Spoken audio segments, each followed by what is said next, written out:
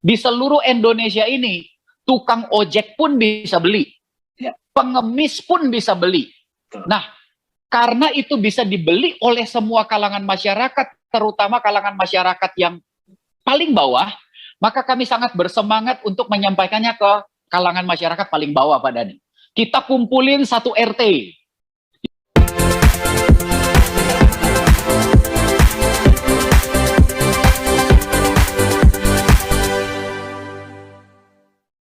Pak Riben, oke Pak Riben, silakan dibagikan Pak nama ya, dari mana, bagaimana ketemu Nagaya, bagaimana progresnya di Manokwari di Papua Barat Pak, boleh silakan dibagikan Pak.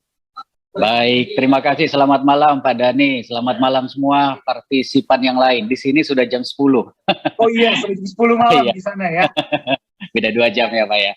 Oh iya, perkenalkan nama saya Ribenson Sitepu, aslinya orang Batak. Namanya juga ada marganya Sitepu ya, dari Medan berarti. Anak istri saya ada di Manado, tapi sementara ini saya tinggal di Manokwari sudah 1,5 tahun. Khusus buat jalankan Nagaya. Nah, pertama kali dengar Nagaya itu dari Ibu Dian.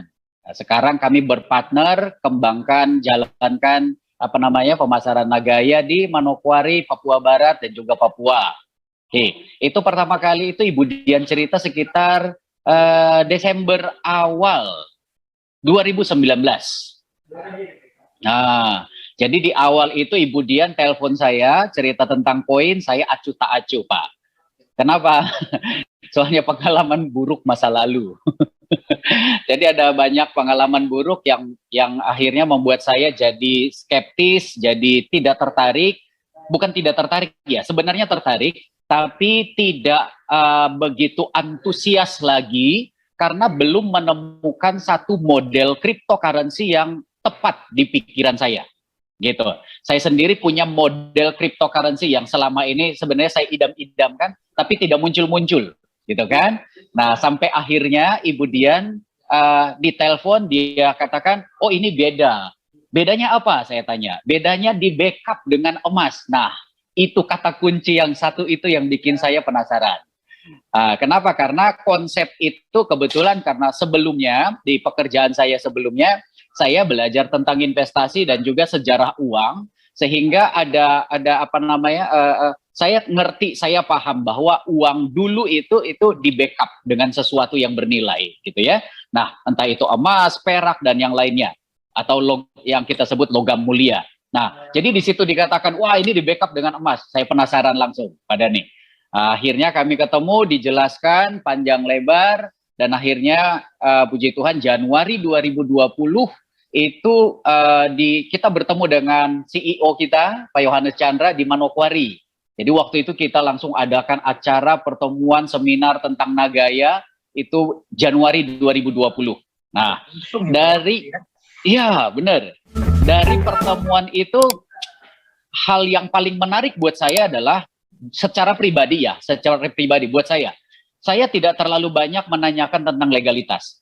Yang biasanya orang Indonesia itu yang paling utama itu legalitas, gitu ya, karena pemerintah kita ngajarinya gitu, kan? Nah, tapi saya secara pribadi jujur arahnya nggak ke sana. Kenapa? Karena saya juga melihat fakta-fakta yang tidak menarik buat saya tentang perusahaan-perusahaan yang sebenarnya legal, tetapi di Indonesia ya, di Indonesia legal, namun tidak ketika terjadi sesuatu yang kita sebut masalah gitu ya atas perusahaan-perusahaan tersebut, kenyataannya hak-hak konsumen kadang-kadang tidak terpenuhi gitu ya, sehingga buat saya legalitas bukanlah sebuah standar utama atau yang paling utama gitu ya. Nah, legal itu penting tetapi tidak bisa menjadikannya sebagai patokan bahwa hal tersebut aman gitu ya. Nah, tapi yang paling menarik buat saya adalah tentang konsepnya. Kalau buat saya menyebutnya manajemen risiko, gitu ya. Nah, bagaimana Nagaya itu punya manajemen risiko. Ketika risiko A terjadi, manajemennya kayak apa? Risiko B terjadi, manajemennya kayak apa? Contoh, gitu ya. Nagaya hal paling sederhana itu ketika orang berinvestasi, khususnya di Indonesia ya. Ketika orang berinvestasi itu orang selalu berpikir gini, Orang tuh berpikir kalau investasi itu pokoknya untung, untung, untung gitu ya. Atau paling tidak uang saya kembali. Nah, itu masih pemikiran orang awam, orang Indonesia. Maka sebagai orang Indonesia yang pasti berhadapan dengan orang Indonesia, saya pasti berpikir yang pertama, ketika resiko yang buruk terjadi, gitu ya, ya katakanlah tidak laku di pasar. Nah, kripto kita nggak laku di pasar, karena itu adalah hal yang paling umum terjadi di kripto. Di awal penawarannya begitu luar biasa sehingga membuat orang tertarik, kemudian pada ujung-ujungnya ketika dia masuk market malah nggak laku, gitu kan? Dan akhirnya ya innalillahi, gitu kan? Kriptonya hilang, gitu. Nah, jadi pertanyaan saya adalah kalau nggak laku di pasar, nasibnya gimana? Nah, itu yang menarik Pak Dhani. Nah, gaya ini kalaupun nggak laku di pasar, tetap punya nilai. Nah, itu yang saya sebut jaminan nilai, gitu kan? Yaitu si emasnya tadi sebagai backup. Nah, dan buat saya itu sebuah nilai jual yang luar biasa. Bahkan suatu hari ketika kami presentasi, waktu itu saya presentasi di depan pejabat tinggi di Provinsi Papua Barat, saya berani berkata bahwa membeli Nagaya, ini kalau orang bank dengarnya pasti saya digetok nih padahal. Saya pasti kena ketok nih.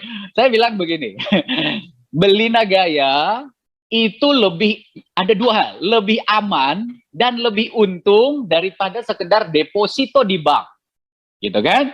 Nah, karena kan orang-orang masih banyak tuh yang deposito gitu. Alasannya, nah dia nanya, beliau nanya, alasannya apa? Gitu kan? Nah, yang pertama, kalau kita simpan di bank, berarti yang kita simpan uang. Kita tahu inflasi Indonesia itu rata-rata 6-10% per tahun, gitu kan? Nilai uang kita merosot. Sementara bunga yang diperoleh malah lebih rendah daripada merosotnya nilai uang kita, gitu kan? Nah, itu yang pertama. Tapi yang kedua,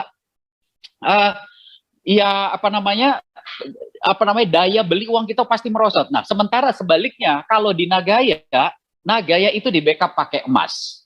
Nah, tapi yang menarik, yang kita tunggu bukan cuma harga emasnya naik, tapi jumlah emasnya nambah, gitu kan? Jumlah asetnya nambah, bukan harga asetnya saja yang naik, tapi jumlahnya nambah, gitu kan? Nah, kemudian si Nagaya ini bukan hanya sekedar kita seperti emas yang memang jumlahnya nambah, tetapi lebih dari sekedar itu, gitu kan? Si surat emasnya, saya suka ngomong ke masyarakat di sini supaya mereka gampang memahaminya. Saya menyebutnya itu seperti surat emas, gitu kan?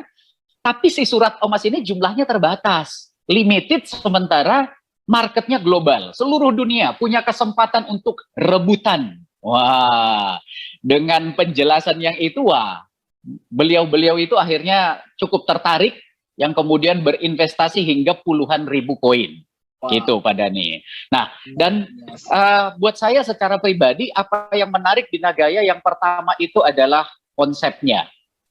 Bagaimana Nagaya itu membangun sebuah manajemen risiko, sehingga kemungkinan yang paling buruk sekalipun terjadi atas Nagaya, kita tahu dia tetap punya nilai, gitu. Nah, yang kedua, bukan cuma sekedar tetap punya nilai, tapi ada jaminan kepastian pasti si pemegang Nagaya itu bisa mencairkan Nagayanya, bisa menjadikan Nagaya itu jadi uang yang bisa digunakan. Gitu kan? Nah, karena kalau di Indonesia kan kita ngomongnya pasti hanya sebagai komoditi, gitu. Artinya dia mesti uangkan lagi karena nggak berlaku sebagai alat tukar, gitu. Jadi sesuatu yang menarik dari Nagaya itu yang paling saya garis bawahi adalah manajemen risiko. Itu dia. Jadi apapun kemungkinan terburuk itu ada jalan keluarnya. Nah, sering saya pernah ditanyakan orang kripto seperti ini. Oh, berarti emasnya nambah karena ada proyek, betul. Tapi kan proyek ada kemungkinan bangkrut, kemungkinan rugi, betul. Kan gitu. Oh iya benar, mana ada yang pasti di dunia ini, semuanya ada kemungkinan, benar nggak? Nah, tetapi itu sekali lagi yang saya sebut manajemen risiko. Nagaya tuh cerdas. Nah, cerdasnya gimana? Manajemen risikonya gimana? Nagaya tidak menjalankan hanya satu proyek saja. Gitu. Jadi kalau satu proyek ngalamin masalah, ada proyek lain yang masih tetap bisa menyumbangkan profit, yang bisa menyumbangkan penambahan jumlah emas. Gitu. Nah, yang kedua, Nagaya tidak menjalankan proyek-proyek yang tidak memiliki aset seperti proyek-proyek digital. Semua menggerakkan proyek yang ada asetnya, sehingga kalaupun terjadi sesuatu yang ya orang sebut force major gitu ya, sesuatu yang nggak tahu lah apa gitu kan, nah tertutup apa namanya bangkrut, entah apalah penyebabnya, masih ada aset yang bisa dicairkan gitu kan, jadi tetap memiliki nilai. Nah itu hal-hal kecil, dan masih banyak lagi yang saya tanyakan waktu itu ke Pak John, lebih ke arah yang namanya manajemen risiko gitu ya, termasuk wah kan bisa saja emasnya dibawa kabur sama CEO-nya gitu. Apa jaminannya kan, ya namanya manusia, benar nggak Pak Dani? Betul, betul. Namanya manusia ya bisa saja Pak Yohanes Chandra Silau kan, wah lihat ada 100 kilogram emas dibawa kabur tuh Mas. Dan itu pertanyaan yang masuk akal menurut saya gitu. Tetapi bagaimana Nagaya mempersiapkan atau mengatasi kemungkinan risiko itu, saya benar-benar acungin jempol gitu, benar-benar acungin jempol. Nah waktu itu saya dengar Pak John cerita, salah satunya adalah bagaimana Pak Yohanes Chandra atau Nagaya itu mengatur penjualan Nagaya, nggak seluruhnya dibuang keluar, gitu kan? Jadi Pak Yohanes Chandra sebagai CEO manajemen itu nggak mengambil seluruh mereka tidak mengambil keuntungan itu dari hasil penjualan, gitu. Tapi mereka ambil keuntungan kalau Nagayanya harganya naik. Yeah. Kalau Nagayanya nggak naik, ya mereka rugi. Mereka nabur kan selama ini, mereka buang uang, mereka bakar duit, gitu ya. Nah, jadi kemungkinan untungnya adalah kapan? Ya kalau Nagayanya naik. Berarti kalau gimana caranya Nagaya naik? Ya dia mesti kerja keras, dia mesti kerja bener, dia mesti kerja jujur. Kalau enggak ya dia malah kejepit gitu. Nah, dan masih banyak lagi termasuk bagaimana Nagaya mengambil license Singapura atau mendirikan perusahaannya di Singapura, sehingga legalitasnya itu memang berada atau berasal dari negara yang dipercaya dunia internasional, dan itu sangat penting. Jadi bukan, saya pernah sebutkan di media sosial bukan legalitas itu bukan hanya sekedar legal, tapi siapa yang kasih legalitas itu jauh lebih penting. Legalitas itu datanya dari mana? Nah itu dia, gitu ya. Nah sekali lagi ada sesuatu yang sangat bagus dari negara tetangga kita, dan kita apresiasi itu, dan kita beruntung dengan adanya itu, gitu ya. Nah, sampai sekarang kami sangat antusias dan tidak pernah kehilangan semangat, gitu ya. Dari pagi malam kami terus, di otak kami hanya ada Nagaya, Pak Dani. Sampai malam jam 10 malam, Bapak Ibu di sana. Every day, Pak Riben, sampai hari Minggu. Nagaya. Sampai hari Minggu, tidak ada kata libur sampai kita nggak tahu itu tanggal merah itu kapan, gitu ya. Nah, ada dua hal. Kenapa kami seperti itu? Ya. Ada dua hal. Kenapa semangat kami begitu membara, begitu menyala-nyala? Itu cerita Nagaya ke semua orang, kemana saja, ke semua orang. Nah, ada dua hal. Yang pertama adalah satu hal yang kami tahu, Nagaya ini benar. Barang yang kami pegang, yang kami mau ceritakan ke orang, barang benar. Gitu ya, kripto yang paling benar sejauh ini yang kami punya, yang kami kenal, gitu ya, itu yang pertama. Tapi yang kedua, yang ada dalam hati kami gini, kami, saya, Ibu Dian, tim, mungkin sudah beli Nagaya, sudah punya Nagaya, kami menikmati hasilnya, gitu ya. Tetapi ada satu beban di hati yang membuat semangat kami terbakar.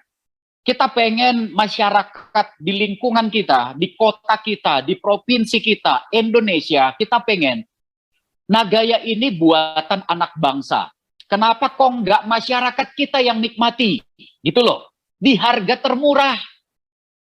Nah, itu yang membuat kami berkobar-kobar, itu yang pertama. Yang kedua, kenapa kami begitu bersemangat pengen cerita, gitu ya. Nah, kita tahu suatu hari, kalau tadi Pak Dani katakan 5 tahun ke depan, potensi Nagaya bisa memiliki nilai hingga $100.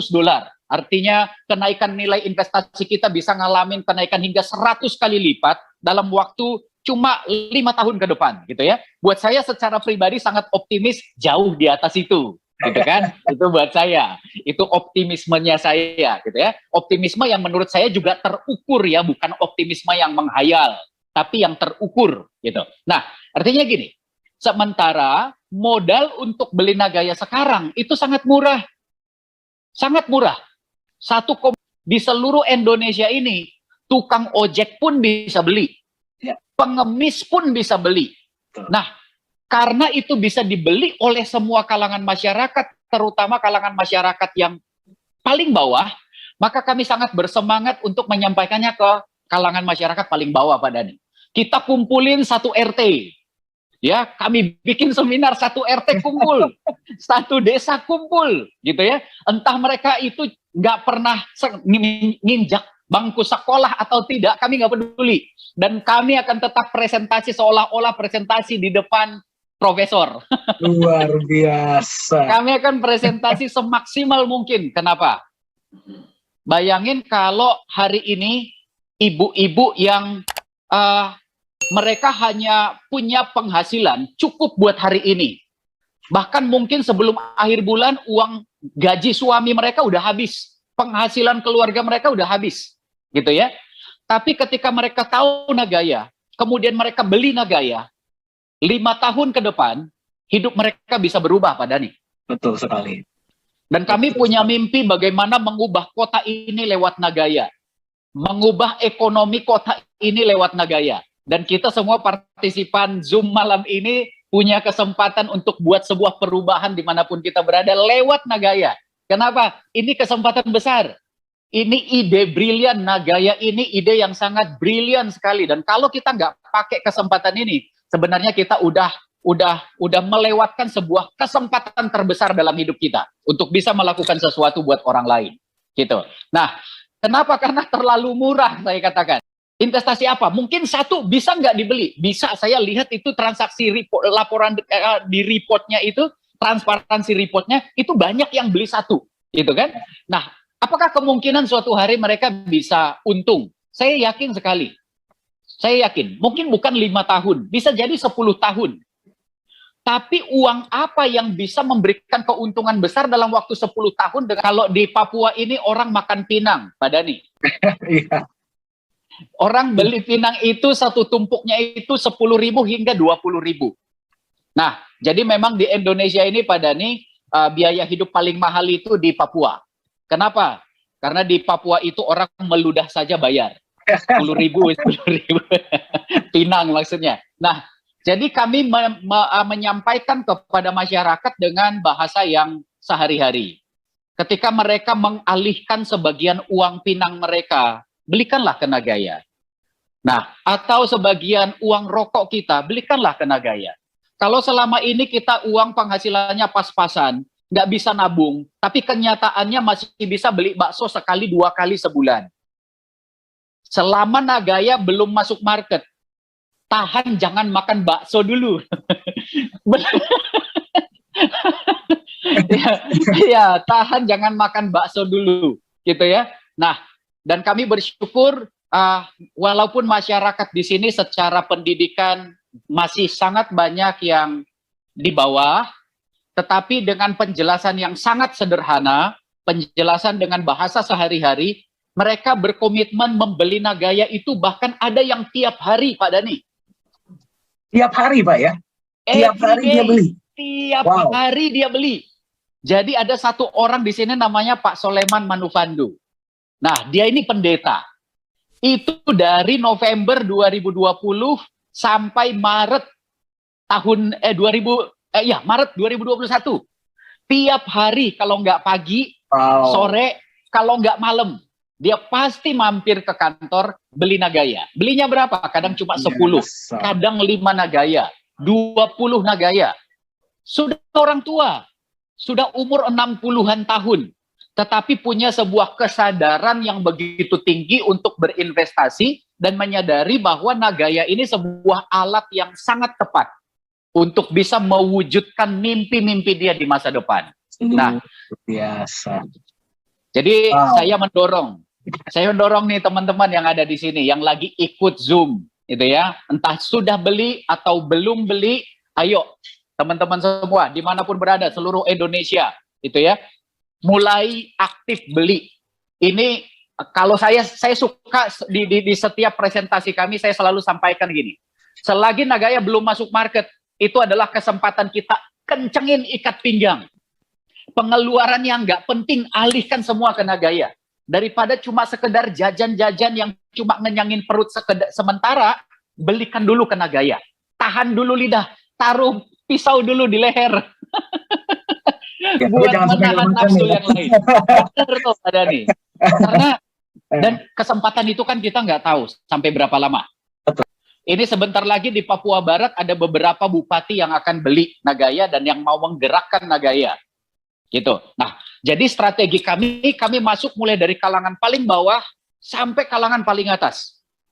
Kita nggak mau batasin, gitu ya. Semua kita masukin. Mulai orang beli sampai 60.000 koin ada.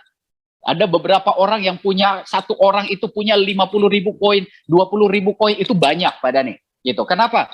Sekali lagi mereka sadar investasi. Dari apa? Dari semangat orang-orang yang menjelaskan, dan yang paling pasti Nagayanya memang benar, yang dijelaskan memang benar gitu ya. Bukan tipu-tipu kata orang Papua.